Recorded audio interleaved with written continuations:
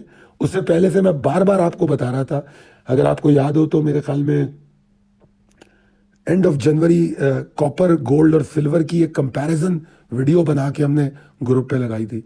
کن کن طریقوں سے آپ کو ڈائیورسفائڈ کرنے کی کوشش کی ہے, کن کن طریقوں سے آپ کو تھریٹ کی نشاندہی کی ہے میں نے. تو یہ تمام باتیں ہو سکتا ہے میں 2 مہینے 4 مہینے یا سال 2 سال بعد یاد دلا رہا ہوں, اگر اللہ تعالیٰ نے مجھے زندگی دی تو سوچئے گا تاکہ درست فیصلے کر سکیں. بہت شکریہ میری ویڈیو کو دیکھنے کا. کمنٹ کر کے ضرور بتائیے گا کہ باتیں اگر آپ کو فائدہ مند لگ رہی ہیں تو پھر اپنے دوستوں سے بھی شیئر کر لیجیے گا. بہت شکریہ, اللہ حافظ.